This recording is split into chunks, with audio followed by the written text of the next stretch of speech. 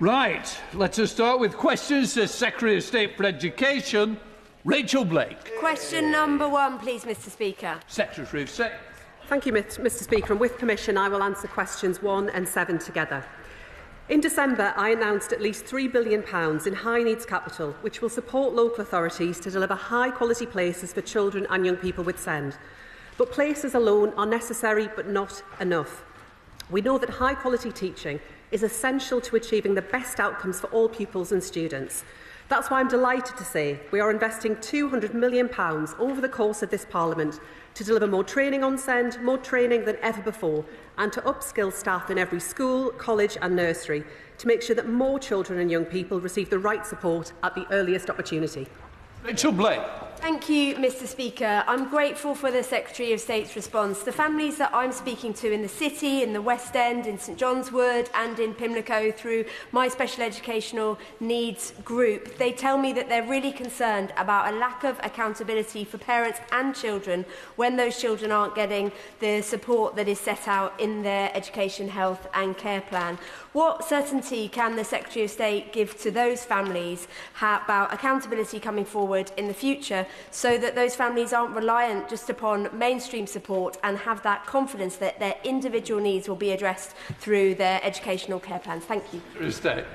I'm grateful to my honourable friend and for all the work that she is doing to make sure that the voices of parents and children are heard through the reform that we do intend to bring forward, because, as she will have heard through those conversations, the system at the moment just isn't working for children and families. And through that national conversation on SEND, I've heard directly from parents, educators and experts across the country, and that very much echoes the theme of what she's just set out there from parents in Pimlico and elsewhere in her community. Accountability is an issue that I take extremely seriously, and we'll set out more detail in the school's white paper. Darren Paffey.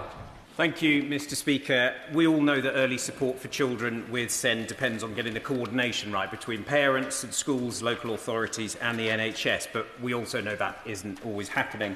Some of the children I've been supporting in Southampton, Itchen are spending months out of education and taking years still to get an EHCP, all of which compounds the challenges for them and their families. So can my right honourable friend say what she can do to make sure that SEND families across the country won't have to wait until the end of the white paper process to see better joined up working for children who need that support now? Secretary of State. I agree very strongly with my honourable friend, and I'm grateful to all the work that he has done in this area. He's right that parents shouldn't have to wait, even though we do need to see a longer-term shift in the system overall. We do need to see change now, and that's why we have taken action, Mr Speaker. One of the very first things I did as Secretary of State was to restructure the department to put SEND right at its heart. We're investing billions to create more special needs places and also more places within mainstream, alongside improved programmes to support teachers and that £200 million of investment that I just mentioned. But he is also right that early support, early intervention is also critical, and that's why I'm delighted that through the rollout of Best Start Family Hubs, we'll make sure that there is a SEND professional in every Best Start Family Hub. Sir David Davis. Early access costs money. Last year, children with special needs in the East Riding of Yorkshire were funded to less than £1,000 per capita, the lowest in England. Camden received £3,565 a head. The government's grant proposals increased East Yorkshire by £30 a head. They increased Camden by £267 a head, nearly 10 times as much. How on earth does the Secretary of State expect East Yorkshire to provide anything, early access or anything else, when funding is as tight as that? Yes. Secretary of State. I'm grateful to the right honourable gentleman and for the understandable appeal that he makes on behalf of his constituency and his region. We are, of course, looking carefully at questions of funding. These are not easy questions. He will recognise, of course, that many of the ways in which funding has previously been allocated have continued because of the necessary timescales around some of that. But what I would also say is that his constituents will also benefit from the big investment that we're putting into capital, but also into extra training and support for all teachers, early years professionals and college staff. And I do want, Mr Speaker, for us to try and find across this House the ability to work together to tackle this really big and deep challenge that we all face about support for children with SEND. Zöe Franklin. Thank you, Mr Speaker. In my constituency, the challenge that has been highlighted over and over again by the schools that I speak to is not that it's about early necessarily about early identification, but actually it is about having the resources and the places available for students once they have been identified. Will the Minister explain how the Government's approach to early access will ensure that early identification is matched by suitable vision in an environment which meets the child's stated needs? So stay. She is right, and I've had many similar conversations to those that she has had with school leaders and others about the need for early identification, yes, but early access, they aren't always the same thing, and that will apply beyond the school gate, whether that's around speech and language support, OT support and much more besides. I can give the Honourable Lady the assurance, Mr Speaker, that everything she has mentioned is central to our thinking around the reform that we intend to bring forward through the Schools White Paper. And I, of course, would be more than welcome to continue to work with Liberal Democrat members of Parliament on areas of concern so we can seek to get this right and build a consensus. Gareth Snell. Number 2, Mr Speaker. Minister. Mr Speaker, over 260,000 state-funded pupils took at least one A-level in summer 2025, and we expect that to remain steady in the future. T-levels continue to grow. Over 25,000 students started T-levels at the last count, nearly 60% increase on the previous year. We're committed to offering post-16 students even more choice through V-levels, a new vocational qualification sitting alongside A and T-levels. Gareth Snell. Thank you very much, Mr Speaker, and I thank the Minister for his answer, but he will know that the uptake of T-levels is behind where we expected it to be and where many colleges would like it to be. I should declare my interest, Mr Speaker, as a governor of my local sixth form college. With the government still looking to defund BTECs as part of this academic year, and with T-levels not having the uptake that they should, and with V-levels not coming on track until 2027, is the Minister confident that every young person will have a relevant course to access this September? And if not, what can he do about it? And could he consider pausing the defunding of BTECs until such time as V-levels come online? Minister. I thank the honourable member for his question and for his leadership on these issues through the APPG and his local leadership as a constituency MP as well. We are going to carefully manage the transition as these changes are brought in. We stand behind T-levels. They're a good option for many students. We want to see those numbers increase. We've run a consultation. That consultation has now closed. We're analysing the responses to that to ensure that we have a smooth transition for all students, and I'd like to reassure him that that is what we will do. Far the House, Edward Leigh. The Minister quite rightly paints an optimistic picture of more people enrolling in A-levels and T-levels, and this is wonderful for our young people. Now, I've noticed in recent days some politicians keep talking down Britain and say it's a broken country. This is simply not true. Look at education. Education is vastly better than it was 15 years ago. And if you indulge in grievance politics, what does that say to our young people who are starting on in their journey of life? So let's be positive and say Britain is great. I thank the honourable member, the right honourable member, for his readout of the last Shadow Cabinet meeting discussion, where this was a lively topic of debate, Mr Speaker. Britain is not broken. It's got huge potential, deep potential, best found in our children. We were really pleased to see the last Conservative government take forward many of the reforms initiated under the last Labour government, and this Labour government will be doubling down on those things needed to break down barriers to opportunity at every stage. Thank you, Mr Speaker. Labour is boosting teacher recruitment and retention to get 6,500 new expert teachers at the front of our classrooms. We've boosted teacher pay by nearly 10%, taken action to improve wellbeing and continue to offer the targeted retention incentive worth up to £6,000 after tax. Under the Tories, teachers were leaving schools in their droves. Under Labour, we've seen one of the lowest leaver rates since 2010. Caroline Bowden. Thank you, Mr Speaker. A recent speech I made in Westminster Hall on teacher retention has now been seen by over 135,000 people on Instagram, with hundreds of comments from teachers. They spoke of pay not rewarding experience and far too much time spent on admin and tests, but it was also really clear that safeguarding incidents and poor pupil behaviour are driving teachers out of the profession. Now, we know that both improve radically when pupils spend less time on social media, So will the Minister commit to looking carefully at the Liberal Democrat proposal to introduce film-style age ratings for all social media platforms, not just to help our teachers, but to protect our children? Zöe Franklin. Mr Speaker, we'll look carefully at any sensible proposals to make sure we can keep our children safe online. And I do recognise the wider issues that the Honourable Lady raised around behaviour being a factor that affects teachers' experiences, but also some of those wider pressures, including around safeguarding. That's why I'm very proud, Mr Speaker, that we're expanding free school meals and why we're ending the two-child limit, lifting over 500,000 children out of poverty, because we know that poverty is a big driver of many of the challenges our brilliant teachers and school staff are facing. James Nash. Thank you, Mr Speaker. I'm particularly concerned about teacher retention at a school in my constituency, St Peter's in Workington, which was condemned just before Christmas following an emergency evacuation due to structural issues. Can I put on record my sincere thanks to staff, parents, children and local organisations for their support? Can I please push ministers for a swift decision about what will happen next? It is very destabilising for parents and for teachers not knowing what form any rebuild will take. And so I leave this with the Minister. Secretary of State. My honourable friend is right to push us on this issue. I know he's been working very closely, Mr Speaker, with my ministerial colleague responsible for this area. I can assure him we will move as fast as we can. We understand the pressure this is placing on the school and on the local community. I'll make sure he gets an update following this session. Steve Young. Question number 4, please, Mr Speaker. Minister. Mr Speaker, I know how hard students around the country work for their exams and how important it is to ensure consistency and fairness. Ofqual, the qualifications regulator, secures the safe, fair and resilient delivery of qualifications by regulating awarding organisations. As ministers, we work closely with Ofqual when needed to support their work. Thank you, Mr Speaker. At West Notts College in my constituency in Mansfield, a significant number of learners requested that their English papers were remarked because an unusually high number of students missed their expected grades.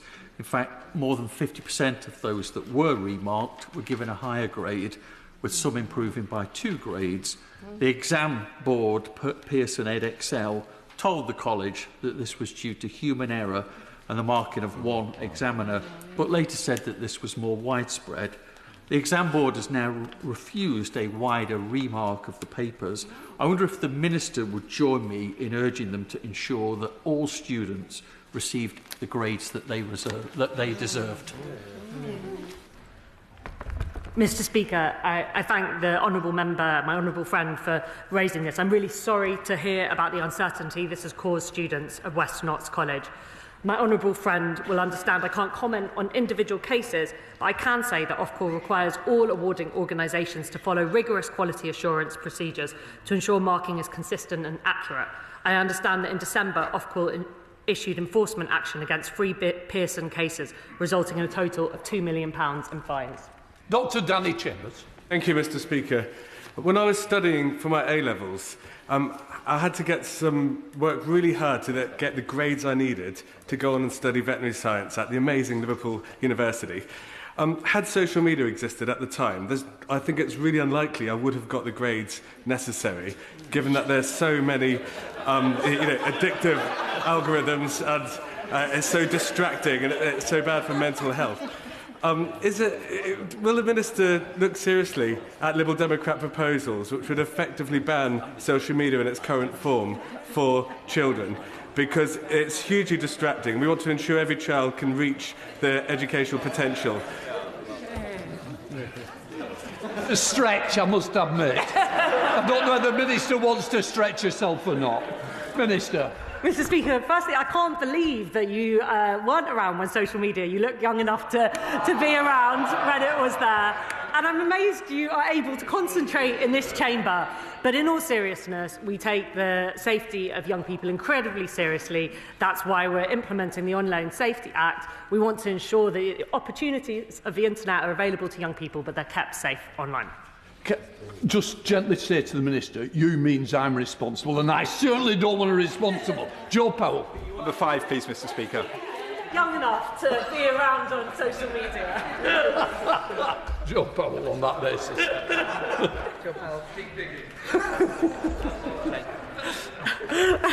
Mr. Speaker, apologies for being distracted. Decisions about which GCSEs to offer are taken by independent awarding organisations rather than by central government. My right honourable friend has written to these organisations to ask them to consider introducing a Ukrainian GCSE, and discussions are ongoing. Alongside this, we're also considering alternative ways of supporting Ukrainian language learning. I thank the Minister for answer. Ukrainian children, including 2,500 under the brilliant St Mary's Trust headquartered in Kensington and Bayswater, have been warmly welcomed, yet they still lack access to formal qualifications in their language. I recently met with the AQA exam board alongside educators and my honourable friend for Welwyn Hatfield, and they told us that as a result, some of these children even have to take exams in Russian, which obviously undermines their national identity and standards of their native language. So can the Minister look at expediting this welcome commitment to reintroducing the Ukrainian GCSE, explore giving formal recognition to some of the Ukrainian language classes already out there, and will she agree to meet with me and Ukrainian educators to discuss this campaign further? Mr. Speaker, I'm so grateful for all the brilliant educators who've worked so hard to welcome Ukrainian children to the UK, including the team at St Mary's School.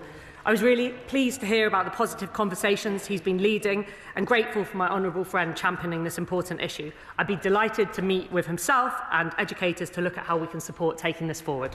Mr. Speaker, Bath has proudly welcomed hundreds of Ukrainian refugees, and we stand in full solidarity with the people of Ukraine, especially in Alexandria, which is our partner city. It has been concerning to hear that somewhere in the country, Ukrainians have been encouraged to learn Russian as a GCSE, which can re-traumatise children. We've just heard about this. Does the Minister agree with me that until a Ukrainian GCSE is rolled out, no Ukrainian refugee should feel pressurised into learning Russian? Minister. Mr. Speaker, I absolutely agree that all children should get to choose their GCSEs, and the importance of pushing forward with qualifications that support Ukrainian children. That's why my right honourable friend has written to exam boards asking them to consider this. Chair of the Select Committee, Helen Hayes. Thank you, Mr. Speaker. Last week, the Education Select Committee heard from the Chief Regulator at Ofqual in relation to the demand for GCSEs in both Ukrainian and British Sign Language.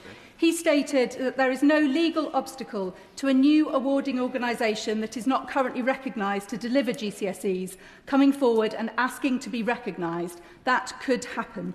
Given the strength of demand for GCSEs in both Ukrainian and British Sign Language, can I ask the Minister what she is doing to identify, encourage and equip organisations outside of the four main awarding bodies for GCSEs to step up to deliver these important subjects if there is continued reluctance from the existing exam boards? I think it's another good way of crowbarring it in, so Minister. Mr. Speaker, we absolutely support the development of a British Sign Language GCSE, as I've said. We also support the development of a Ukrainian GCSE. This is something we are taking up with exam boards and will continue to do so. Thank you, Mr. Speaker. Does the Minister agree with me that any Ukrainian GCSE should also include teaching on the importance of national sovereignty and the international rules-based order? And if that is the case, does she agree that Donald Trump should be the first to sit that GCSE so that he can learn in relation to Greenland that hands off for him and that country is not his? I don't even need to worry answering that. Let's move on. Chris Moore. Question 6, please, Mr. Speaker. Who's the... Mr. Speaker, where a council does not meet its SEND duties, the department will take action that prioritise children's needs and support rapid improvement. Support and challenge offered is based on what works in SEND learnings and expertise from independent chairs, SEND advisors and SEND commissioners. Effectiveness of actions taken will be assessed by Ofsted monitoring inspections and robust monitoring by the department. Chris Moore. Thank you, Mr. Speaker, and I thank the Minister for her answer. She knows Worcestershire County Council has repeatedly failed children and families with special educational needs and disabilities. Many parents report persistent failures to meet statutory duties and experiences of being dismissed or gaslit, causing prolonged distress to families already under extreme pressure.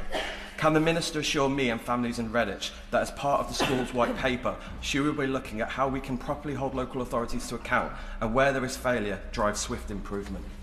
Minister.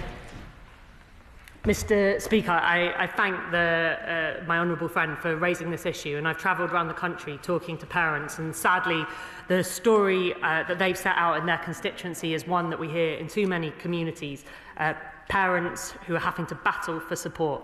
We want to ensure that the voices of children and their parents are at the heart of reform. We want a system that is based on partnership and collaboration, but we know that has to be underpinned by robust accountability. In the meantime, we'll continue to work closely with Ofsted to ensure that performance is monitored, and where it drops, that we're taking action. Thank you, Mr Speaker. In the Secretary of State's letter to me of the 11th of January, she said that the much-needed Special Educational Needs School, Lyme Academy, in March could proceed if the Lib Dem County Council responds by the 27th of February to say that it's a priority. Could she just confirm from the dispatch box that funding will be allocated for that priority school if the local authority run by the Lib Dems confirms its desire to do so to the government? Minister. Mr Speaker, we've set out that that special school can continue. In most cases, we've given a choice to local authorities whether they want to build a special school or to come forward with places which will be fully funded. So we can follow up with a letter, but our intention is to provide that support, and that's why we've written to... Dr Becky Cooper. No, please, Mr Speaker. Thank you, Mr Speaker.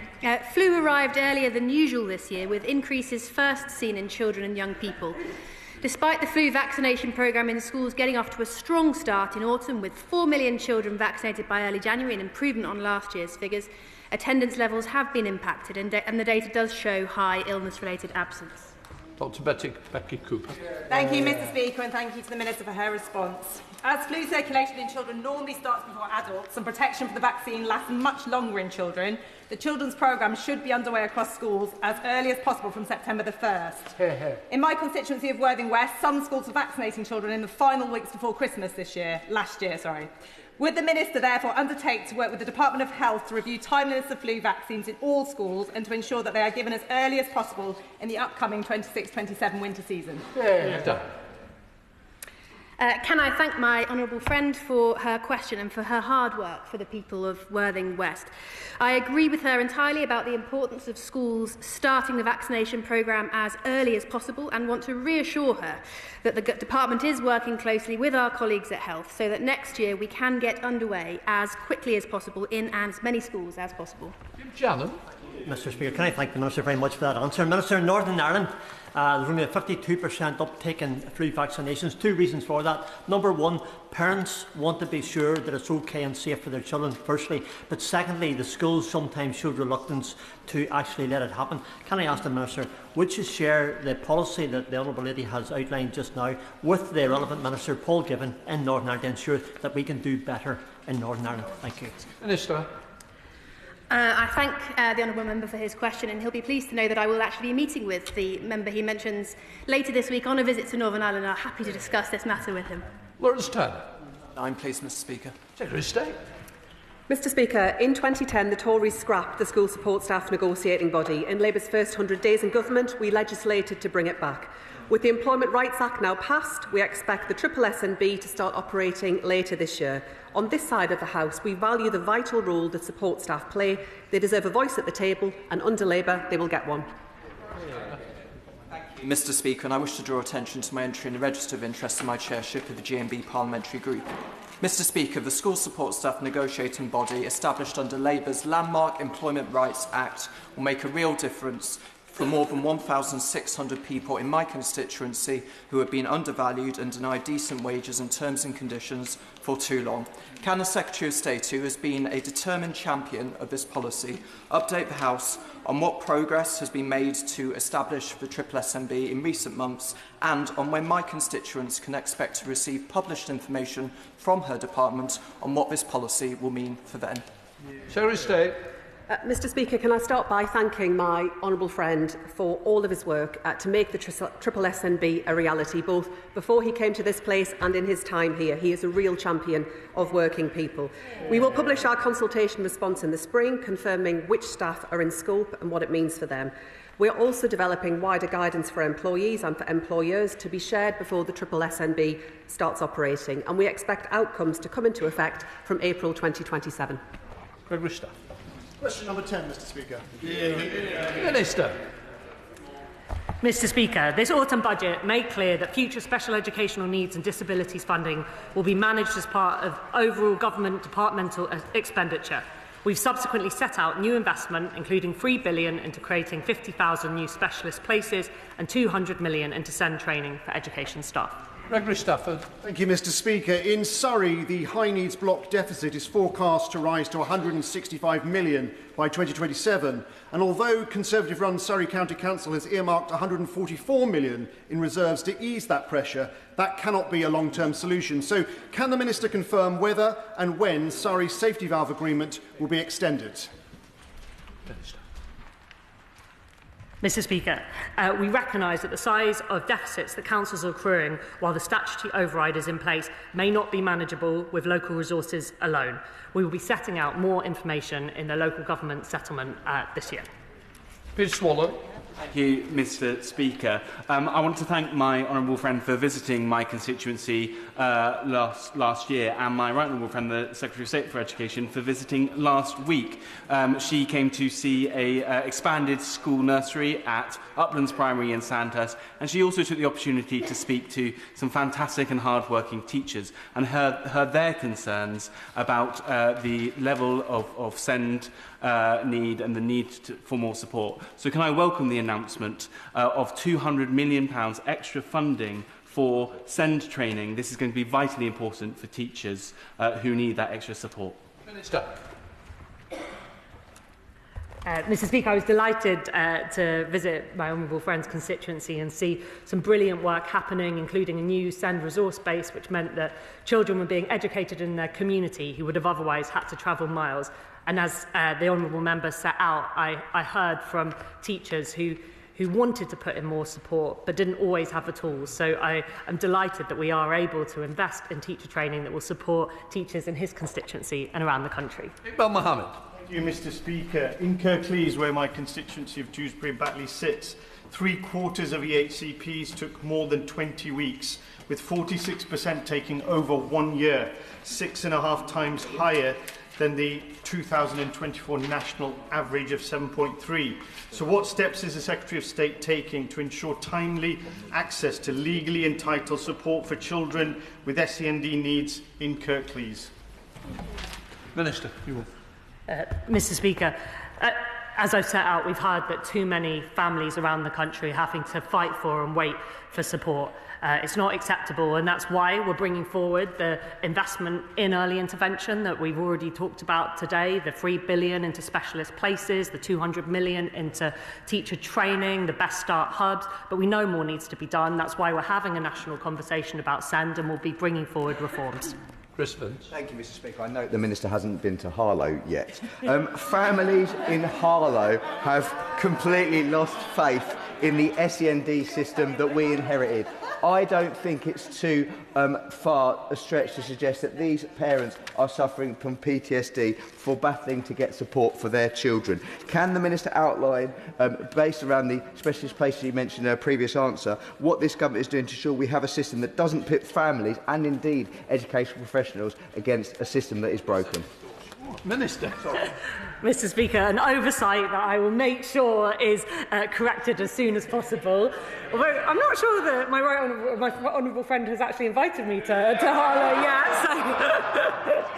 So, I know the Prime Minister has been, but I know. Look, that the stories that you've said and you've written. That my honourable friend has written to me about these stories, and I've heard so many like this of parents fighting the system, completely exhausted, often having to give up their jobs in order to fight for support for their children. It's just not good enough. That support needs to be available much earlier. We recognise that, we're investing in it, and that is the basis of the reforms we'll be bringing forward. Shall the Minister second that?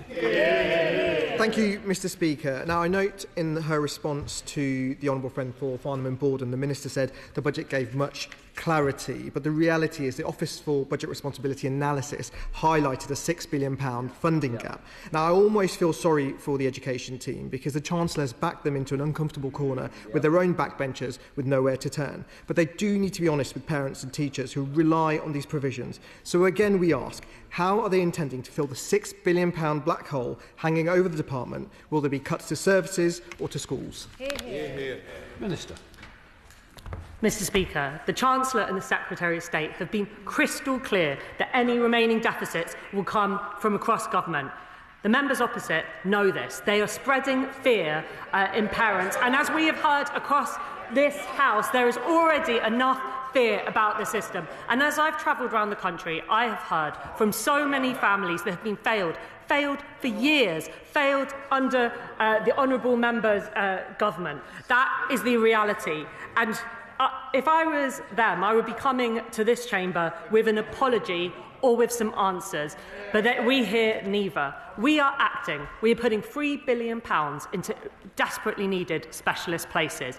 We are putting £200 million into teacher training, something that has been asked for across the House. We've changed Ofsted. We are putting money into early intervention for children. We will back children and families around the country.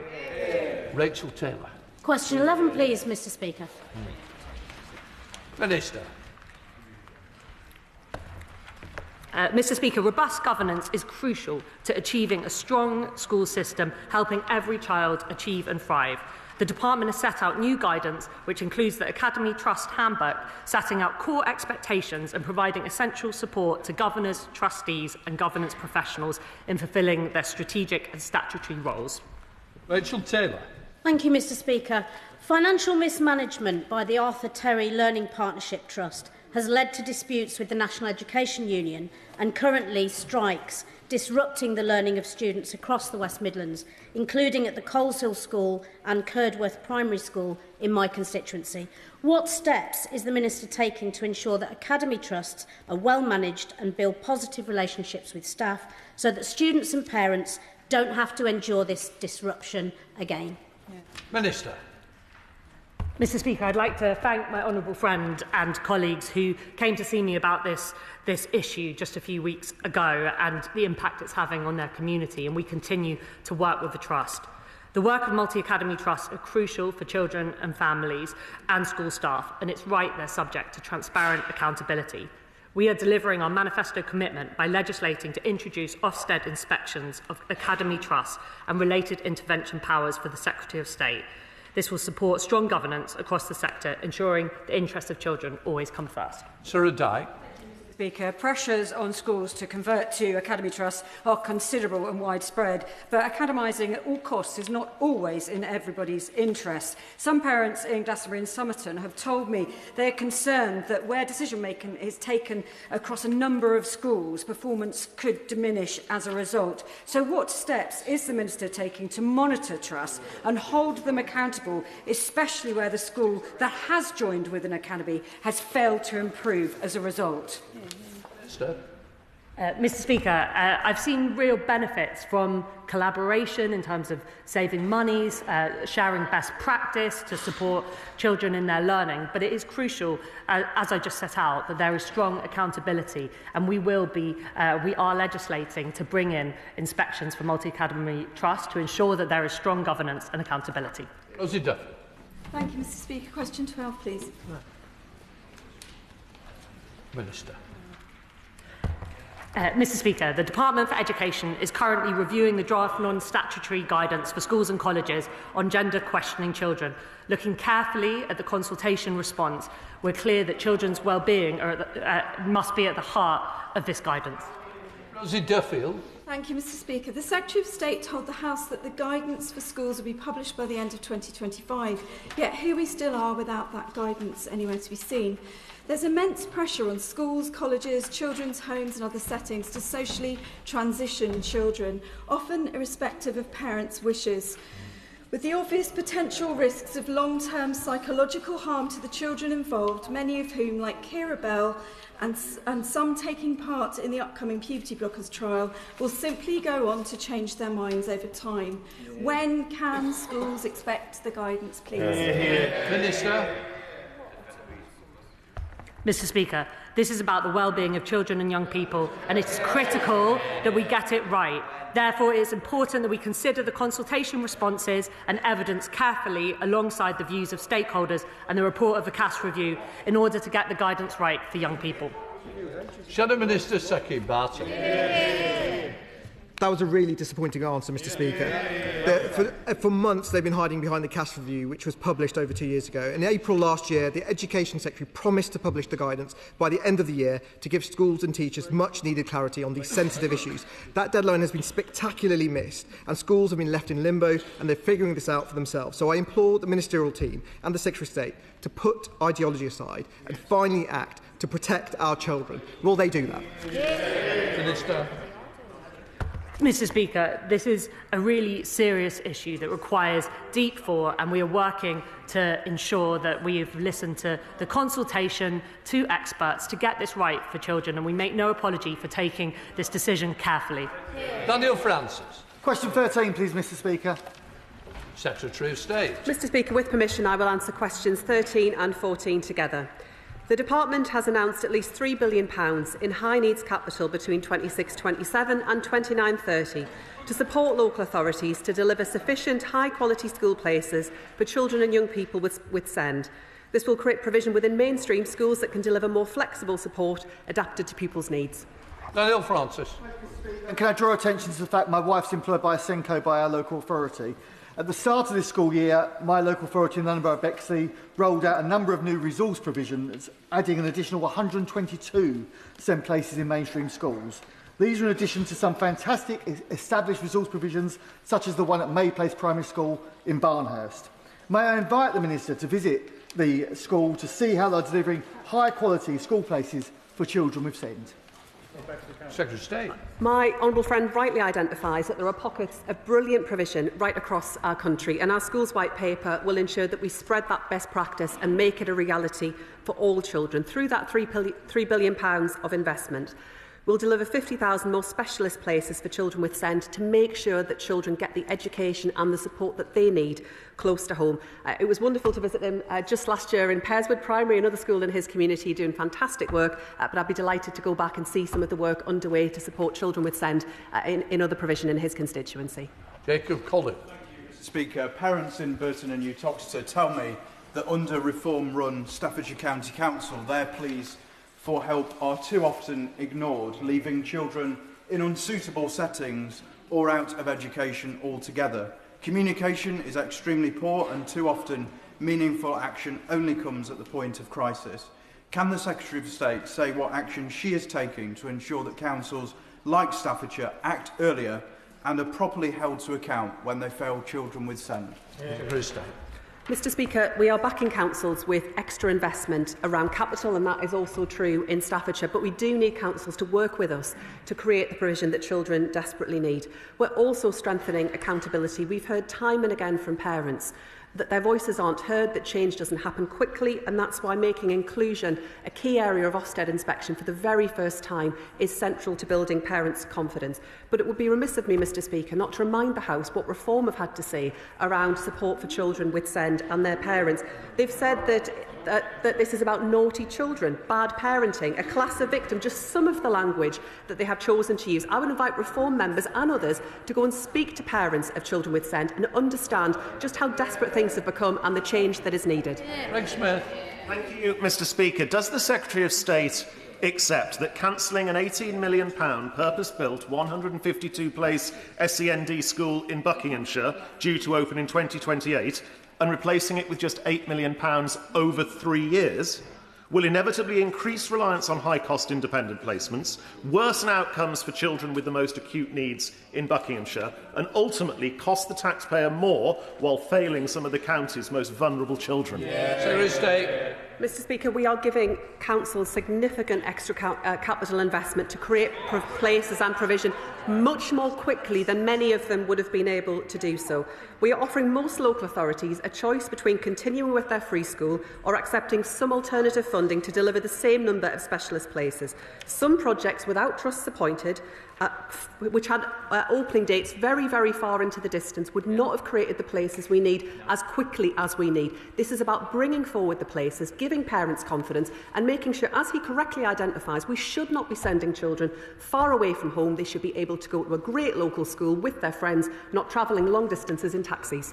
Dr Ellicott. Thank you, Mr Speaker. As the Secretary of State says, I agree. Children should be able to go to an appropriate placement within decent reach of their home. My constituency of North Herefordshire is one of the most rural constituencies in England, and yet her department wrote to us, to Herefordshire Council, shortly before Christmas, cancelling plans for a school that would have provided specialist places for children with autistic spectrum disorder, replacing it with a grossly inadequate allocation of high needs funding, and has not progressed the rebuilding of Westfield School. Will she visit my constituency to meet families of children with special educational needs and understand the specific needs in rural areas for those local state-funded positions?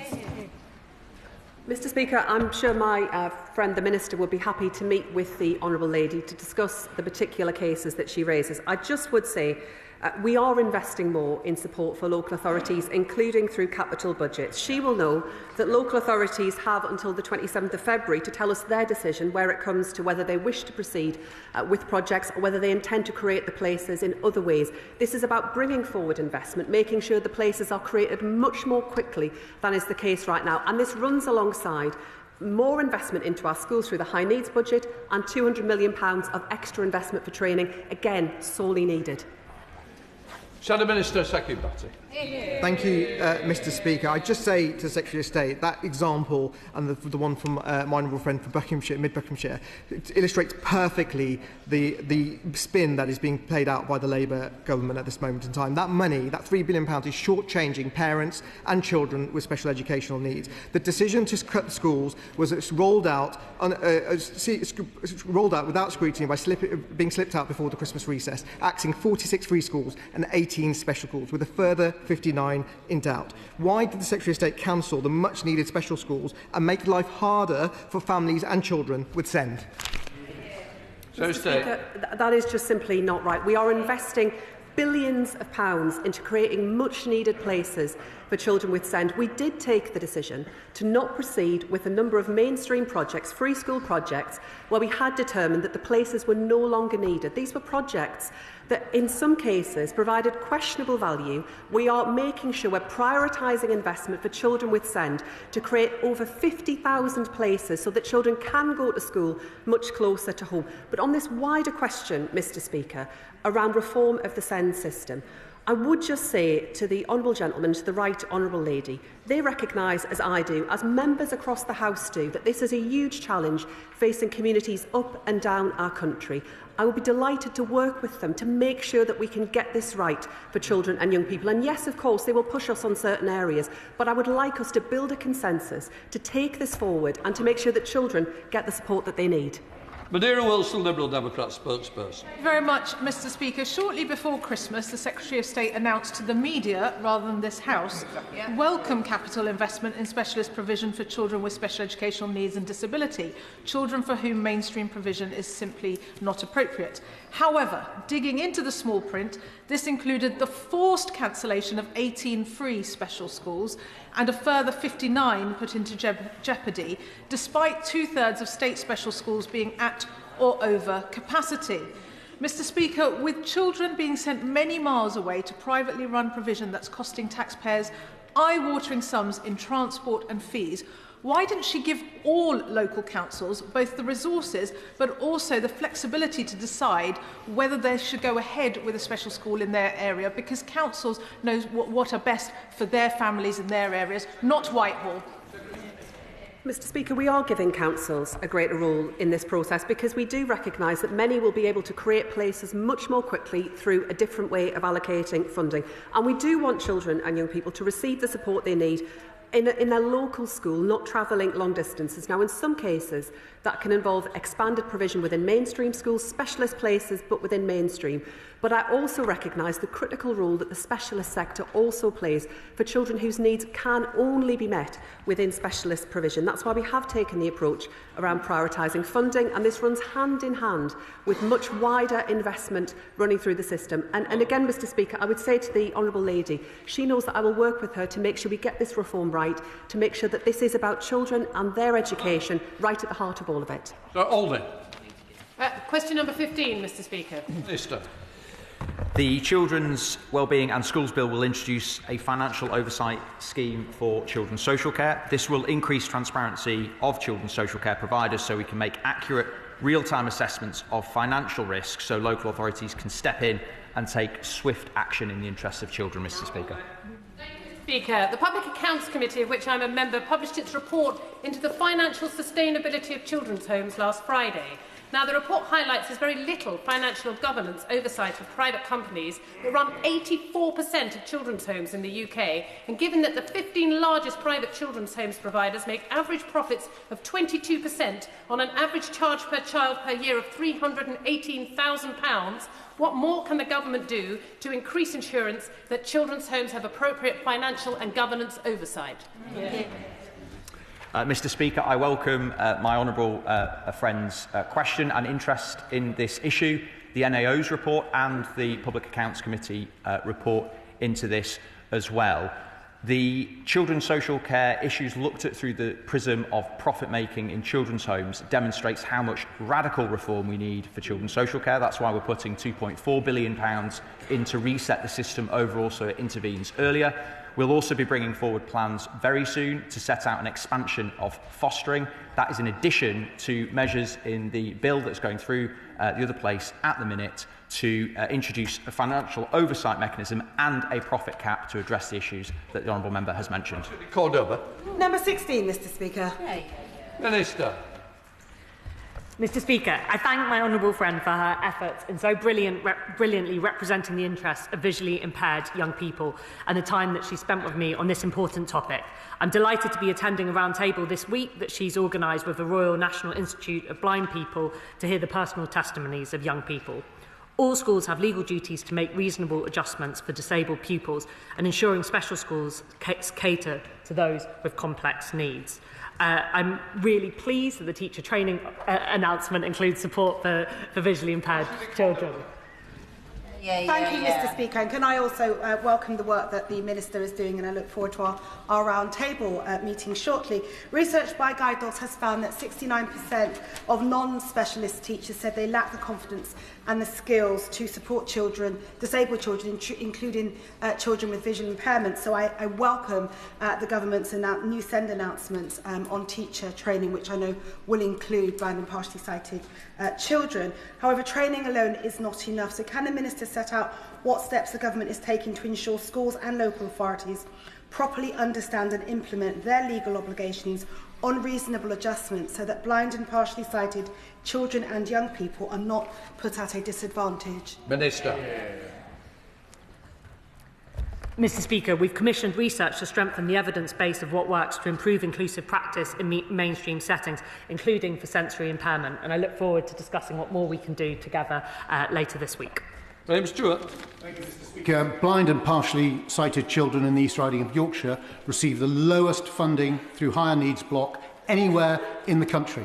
And yet in the settlement, the East Riding is going to receive the smallest increase in the country at just 2%, with an average of over 6%. How can it possibly be justified that children in rural, coastal East Riding of Yorkshire, who are already the worst funded in the country, are going to see the gap widen? Minister, please explain. Mr Speaker, revenue funding for young people with complex SEND has increased by £1.8 billion since July 2024, bringing total high needs funding to well over £12 billion. We'll be setting out more in the Schools White Paper around further funding and how that's distributed. Come to Topless Blake Stevens. Question number 1, Mr Speaker. State. Mr Speaker, as we've heard today, we know that the system to support children with SEND and their families isn't working. Our Schools White Paper will deliver change that lasts, informed by our national conversation with parents, staff and experts. But critically, we're putting in place the foundations for change right now, through £3 billion of investment to create tens of thousands of specialist SEND places, £200 million to deliver the most ambitious SEND training package in our history from early years through to college, great local schools where every child can achieve and thrive, needs met, parents involved, children thriving and support without a fight. That's Labour's vision for a renewed SEND system. Lake Stevens. Thank you, Mr Speaker. Following the curriculum review, would the Secretary of State outline how the Government will support teachers to deliver financial education in the constituency of Mid-Bedfordshire, but of course right across the country? Will financial education form part of initial teacher training? I'm grateful to the Honourable Gentleman's question. We, of course, are continuing to review initial teacher training, but we want to make sure that children, through our curriculum review and the outcomes of that, receive stronger financial education around financial literacy, around budgeting and saving. There are some fantastic examples of schools that are already doing this well, but we want that to be a reality for all young people, and I'm grateful for his interest in this. Thank you, Mr Speaker. There is concern amongst the hospitality industry that the Government is reviewing funding for some important Level 3 and Level 4 apprenticeships, such as those used to train chefs. Now, hospitality is a key means by which we can tackle our need challenge, but to deliver positive long-term change, we must have an apprenticeship system that allows young people to progress, not just give them a foot in the door. So may I urge the Minister to continue to support these apprenticeships, which should be a high priority for both our labour market and our economy. Minister. Mr Speaker, the hospitality industry is hugely important. Nothing has been decided on defunding apprenticeships yet. I recognise all the points that my honourable friend mentions, and we share her ambition that the apprenticeship system in the future is entirely designed around progression as well as one-off learning. So the Secretary of State Laura Trott. Thank you, Mr Speaker. It is a disgrace that a Jewish member of this House had his visit to a school cancelled following pressure and intimidation from pro-Palestinian protesters.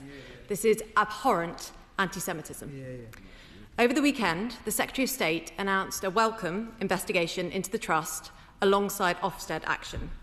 She said, and I quote, that she would leave no stone unturned. So in this spirit, can I ask the Right Honourable Lady what she is doing to address the role of the NEU in trying to prevent the visit? Secretary of State.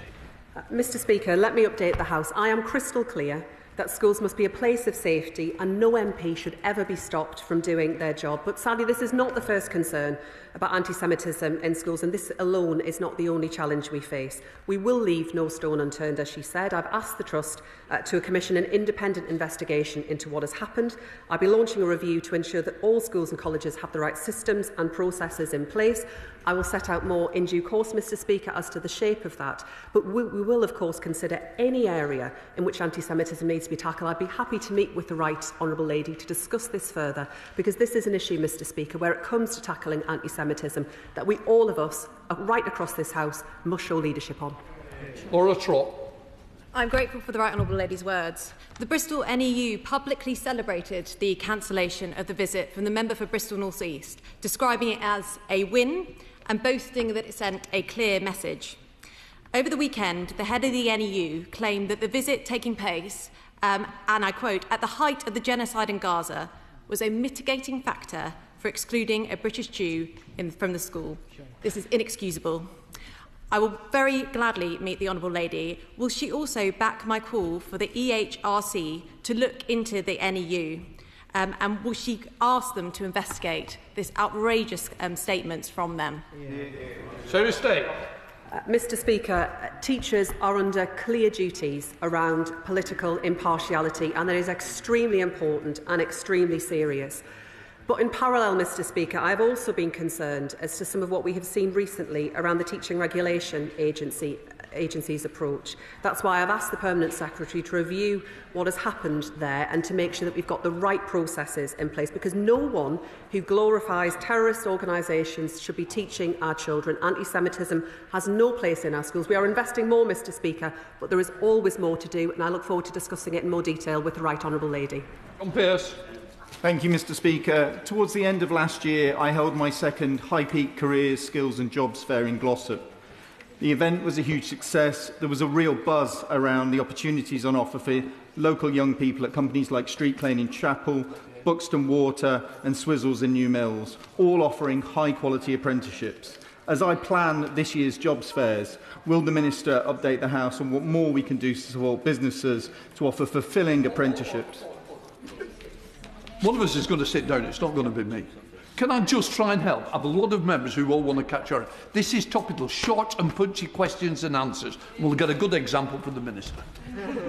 I'll compliment my honourable friend's local leadership on the work he is doing in High Peak to support our ambition of 50,000 more young people into apprenticeships. We are expanding foundation apprenticeships, launching a £140 million pilot with mayors to better connect young people with local apprenticeships, and we're fully funding SMEs to deliver apprenticeships for eligible 16 to 24-year-olds. Munira Wilson, Liberal Democrat, suppose. Thank you very much, Mr. Speaker. The evidence is undeniable. Social media and addictive algorithms that feed it are harming our children's physical and mental health, impacting their sleep and their concentration and behaviour at school. With parents, children themselves and teachers crying out for change and cross-party consensus growing on this issue, will the Secretary of State work across government, instead of launching a consultation, to ban under-16s from harmful social media through a film-style age rating system, an approach the 42 children's charities and experts have said? Order, please. I'm trying to help your members and members all around the House. You've got to work with me. It's topicals, please, Minister. I thank her for a question. We are always willing to work across the House on this critical issue, because nothing is more important than our children's safety. That's why we're seeking world-leading action on the Online Safety Act, and it's also why, as the Prime Minister was clear this week, no option is off the table when it comes to children and social media. Can I just say to the Honourable Lady, it's no shaking and point at others. I'm going to try and help everybody in this chamber. Sarah Owen.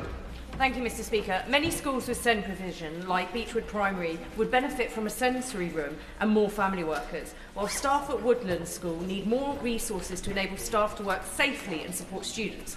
Will the Minister commit to better resourcing for SEND and join me in visiting one of our brilliant schools to see the difference that this funding could make? Minister.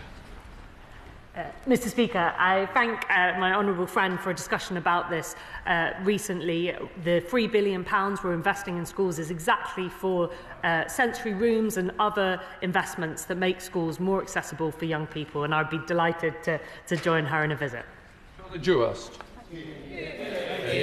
Mr. Speaker, now the Secretary of State and I have had a number of exchanges over the last 18 months in relation to the historic formula that leaves children with SEND in East Riding as the lowest funded in the country. Now, I am sure she can understand my frustration at the latest settlement that will increase that inequality, reflected, I think, by the fact that I'm the third member of Parliament of East Riding to raise this today. So can she assure the House this is not the end of the matter, and will she meet with myself and East Riding colleagues to find a constructive way forward? Secretary of State.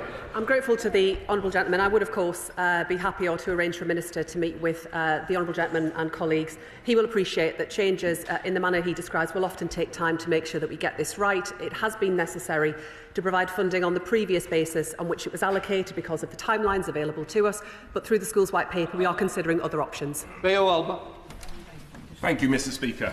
The decision of Essex University to close its Southend campus has sent shockwaves through my city. Students deserve continuity of study and staff deserve job security. Can the Minister outline what steps are being taken by the government to secure an alternative provider for courses currently offered in Southend? Minister. I know that my honourable friend has been leading efforts on this locally, and I pay tribute to him for that. Government stands ready to support local higher education institutions where these challenges are being presented, and of course I'll extend that offer to continue supporting, as would my noble friend, the Minister for Skills. We also have the Office for Students, who have got responsibility to ensure that these transitions are managed carefully. Mr. Speaker, I've heard from constituents who are worried that the updated guidance on relationship and sex education encourages but doesn't actually require primary schools to teach about same-sex relationships. So can the Secretary of State set out how she will ensure that all children learn in an age-appropriate way about a diverse range of relationships when this is left to schools' discretion, especially given that the charity Just Like Us found that only 19% of LGBT parents say their child's school openly discusses diverse relationships. Mr. Speaker, the new guidance sets out inclusion for all children and recognising those relationships. As the honourable member will know, it's mandatory in secondary school, and it's something that we're continuing to take forward. Jim Dixon. Thank you, Mr. Speaker. Like many communities across the country, in Dartford, there's a real need to improve access to places and spaces where people, especially children, can be physically active, including through play and sport. Could the Minister tell the House of any plans to increase use of facilities on school sites, including through enrichment, increased community access, and what role can the forthcoming school sport partnership networks play? Minister.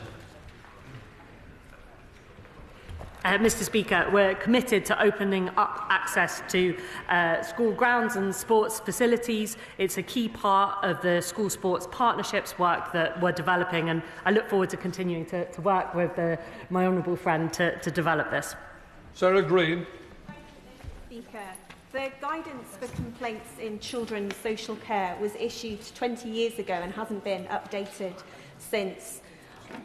Those working in the system say it's out of date, and the Ombudsman echoes their concerns. Can the Minister outline what steps the department's taking to make sure it is up to date, and would he meet with me to hear some of the concerns shared with me? Mr. Speaker, I share some of those concerns. This is an important issue. I have asked officials to meet the local government and social care ombudsman to better understand the issues of the current complaints process. I'd be very happy to meet the honourable member. We will separately be publishing updated statutory guidance on advocacy services for children very soon, but the points raised by the honourable member are important. Speaker, the household income threshold for the maximum maintenance loan for students has not changed since 2008. If the threshold is not increased by 2028, a single-parent household working full-time for minimum wage, their child will not qualify for the full maintenance loan. What are we doing to end this scandal after 18 years and raise the quota? Minister. I thank my honourable friend for raising this important point. The government are focused on protecting support and increasing it for those who need it the most, Mr. Speaker. That's why we're increasing loans in line with inflation, reintroducing maintenance grants, and crucially, something I'm very proud of, the Secretary of State recently announced, giving care experienced students automatic access to the full loan entitlement. Gareth Bacon. A year ago, the Secretary of State dropped the statutory free speech complaint scheme from the Higher Education Freedom of Speech Act. According to a letter published in the Sunday Times from 370 academics, including 3 Nobel Prize winners, this has totally negated the whole point of the Act, thus imperiling freedom of speech on university campuses. When is the Secretary of State going to do something to correct this mistake? Thursday. Mr. Speaker, we as a government, and I'm absolutely committed to freedom of speech and academic freedom. It was the Labour government that first enshrined freedom of expression into law through the Human Rights Act. I can't comment on what might or might not be considered for future legislation, but I will act, Mr. Speaker, to protect freedom of speech and academic freedom, and we are considering options. Luke Charters. Speaker, children are entitled to 30 hours of free childcare from the term after they turn 9 months old, meaning that in practice some children are actually 13 months before they get the funding. Thank you to Mr P and my constituent Jolie Brearley for raising this. Will the Minister meet with me to see if we can fix this injustice? Minister. Thank you, Mr. Speaker. I'd be delighted to meet with my friend and his constituent should he wish. As he knows, our record expansion of childcare means that more than 400,000 children benefited from additional childcare this September, and working families are saving up to £7,500 per year. I appreciate the concern he describes, but termly deadlines enable local authorities and childcare providers to better plan and ensure efficient early years places are available. Dame Caroline Downage. Speaker, there's growing evidence that smartphones in schools are harming behaviour, concentration and outcomes. But leaving it up to head teachers is just driving inconsistencies. Only 11% of senior schools have an effective mobile phone ban. Will the Secretary of State publish an assessment of the impact of a statutory ban of smartphones in schools? Minister. I thank her for a question. This government is completely clear, and government guidance is completely clear, that mobile phones have absolutely no place in schools at any point throughout the day, and obviously we continue to look closely to ensure that that is being enforced properly across the country. Phillipson. The Secretary of State will know about the horrific sexual abuse case in one of my local nurseries. So could I ask the Secretary of State, would she introduce mandatory CCTV in nurseries so that we can use it as a safeguarding tool? Minister. I thank my honourable friend for her advocacy for her constituents in what has been an absolutely appalling case, and my thoughts remain with all of the children and families who have been affected. The safety of our children comes first, Mr Speaker, so we are considering the mandatory use of CCTV in early years settings through our review, which we are getting underway rapidly. Liz Saville-Roberts. There are victims of convicted paedophile Neil Foden, the former headmaster of Erskine Friars, are furious that he is still in receipt of his pension even though he is in prison. The forfeiture panel has met. They have come to a conclusion. When will that conclusion be published as to whether he continues to receive that pension? Mr Speaker, I expect that to happen very, very rapidly.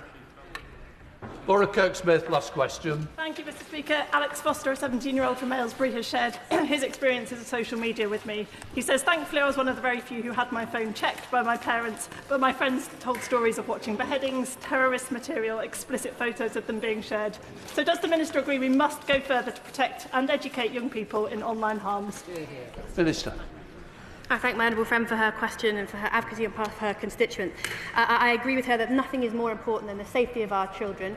We're already taking world-leading action with the Online Safety Act, and we have been very clear that nothing is off the table when it comes to the safety of our children. Right, we'll let the front bench change over.